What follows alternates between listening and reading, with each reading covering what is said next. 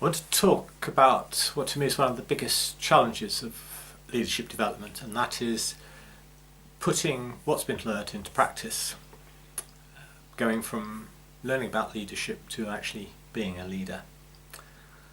It's a problem of learning transfer, and I think leadership development is an area particularly in which learning transfer presents a number of obstacles which have to be overcome, both by the person who's doing the development, who's learning to be a leader, and those who are involved in managing and designing the development activity. I want to start by using a little analogy of something I'm learning to do at the moment, which is completely unrelated to leadership. I've got a gap in my hedge and I'm going to have a go at doing some hedge laying, very common technique in the English Midlands, in Wales, in the southwest of England where I live, to create stock-proof fences. What you need are some young trees that have grown up near alongside the gap, in my case some young hazel trees, about 2 inches in diameter at the base. You cut them through quite near the base, about 3/4 of the thickness, and then lay them at a 45-degree angle, trimming off any excess, sticking some vertical stakes in at intervals to hold them in place, and in a year or two, if all goes well, they've sprouted up and filled the gaps, and hey presto, you've got a virtually impenetrable fence for your sheep or your cattle or whatever it might be. That's the theory, and I know the theory. I've seen hedges that have been laid. I've read a really good manual on how to do it. One thing I haven't done is actually lay a hedge, and that's my next task. And it's moving from knowing about hedge laying to actually hedge laying, and that's exactly the same challenge that leaders have on the development program. In epistemology, the philosophy of knowledge, it's described as the distinction between knowing that and knowing how. Knowing that, I've told you about hedge laying in outline, so you know a bit about hedge laying if you didn't know it before. Knowing how is actually being able to lay a hedge. I suspect it's a lot harder than I've made it sound. In cognitive sciences, very similar concepts are called declarative knowledge, which is the knowledge of the theory, the principles and practice, and procedural knowledge, which is knowing how to do it. And procedural knowledge is much more complex than declarative knowledge, because it means combining different elements of knowledge, putting them together with other practical skills which are a different kind of knowledge, and using them to achieve your goals, whatever it might be. Laying a hedge, leading a team of people. And it's that gap between declarative and procedural knowledge, between knowing that and knowing how, which I see as the big challenge. In learning transfer terms, that challenge is based upon two distinct components of the transfer activity. One of which is the distance that has to be travelled between where and how you've learnt it and the practical environment in which you're going to apply it, and the other is the degree of generality, how widespread the situations are that you might face, the range of circumstances in which you've got to apply your learning. Distance is a way of describing the gap between the environment in which you've learnt something and the environment in which you have to apply it. If I were going to be taught hedge laying by a skilled practitioner, chances are we'd be on the edge of a field with a group of young trees and a gap in the hedge, the tools that we need, and I'd be learning how to do it in situ. That's a very short distance between the learning environment and the reality. In fact, there's hardly any distance at all. Distance between learning about leadership in a training environment reading a book on it, and I've written several books on leadership, which I hope provide a fairly good introduction to the declarative knowledge that you require.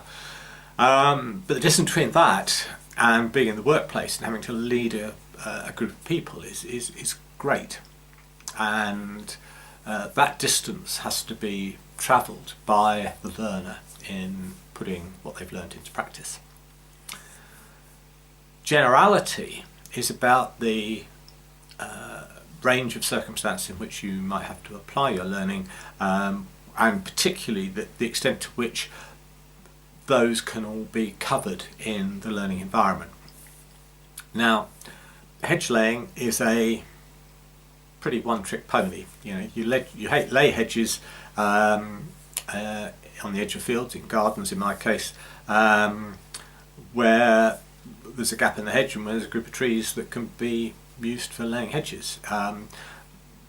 It might be wet, it might be dry, the soil type might be different, the trees might differ somewhat, but there's very little difference in the range of circumstances in which you can learn it. There are some differences in style, particularly according to the size of the animals you're trying to keep in, but the degree of generality is relatively low compared to the generality involved in the transfer of learning about leadership.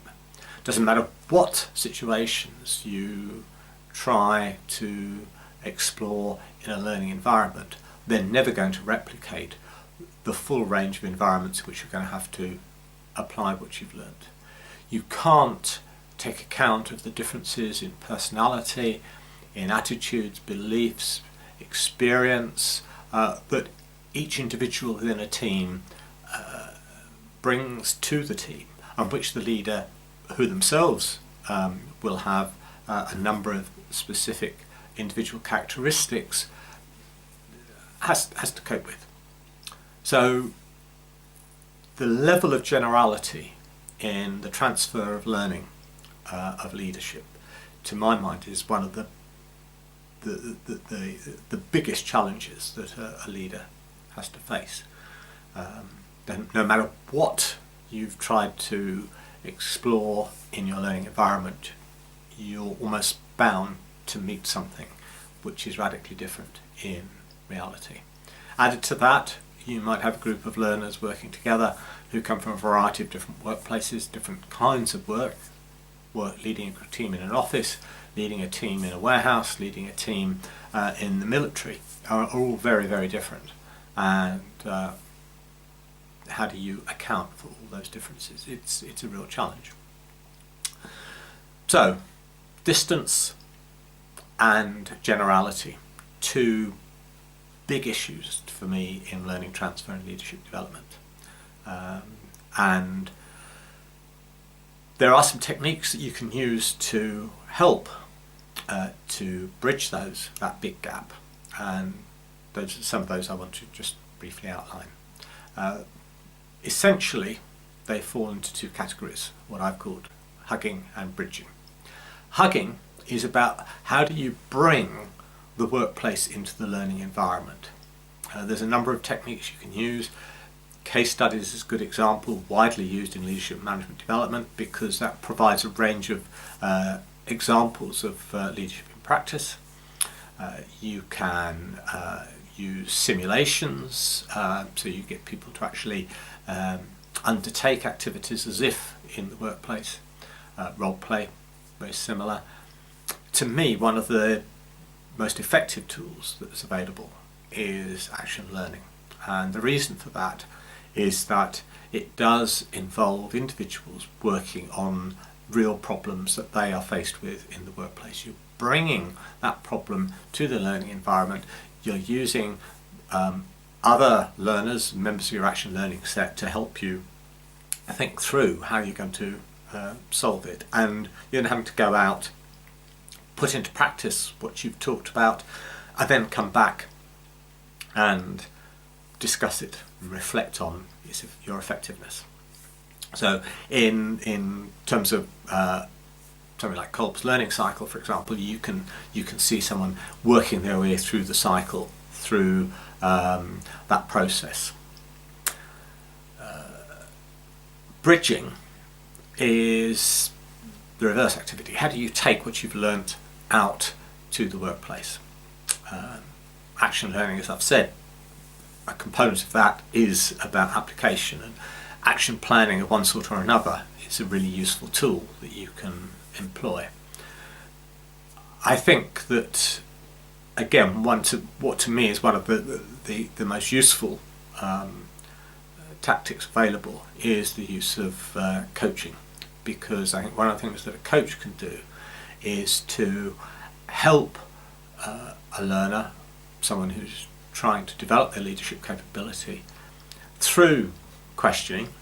That's a core element of good coaching practice, to get them to think about what it is they are doing, whether it's working or not, what else they could be doing, what's likely to be most effective, getting them to reflect on their learning and to think about their behaviour. Mentoring, closely related but different from coaching, can also help, and I think that line managers have a role to play. Sometimes they can act as coaches or mentors, although research that I was involved in a few years ago suggests that whilst this is encouraged, there's very limited capability, very little training is done to ensure that they know how to do it. But they can act to support the learner, as can the team itself. I mean, one of the things that a really effective leader is able to do is to discuss their own strengths and weaknesses, and to engage the team in helping them to learn. So that's what learning transfer is about. That's why, to me, it's such a big challenge. And as I've said, with leadership, I think it's probably more problematic than many other fields. If you want to be a good leader, frequently what you have to do is to change some quite deep set behaviours that you've spent a lifetime acquiring, and that's hard. I think that we underestimate the challenge for an individual, particularly when you're talking about doing it in a training environment, but then you go back to the reality. The same problems, the same people, and the same solutions tend to come to the surface very quickly. You go on doing the things that you've always done, not because necessarily they work best, but because the risks of doing something different are often too great to be able to be faced. So that's why someone like a coach could be really useful, why having a team supporting you in learning and developing can be useful, but most importantly of all, why the leader needs to be motivated, needs to recognise that they have to change, and with that insight they have the motivation to help them do it. There's a paper available on the website for you to download which explores some of these concepts and some related ones, and gives some references that you can follow up if you want to learn more about learning transfer. Thank you.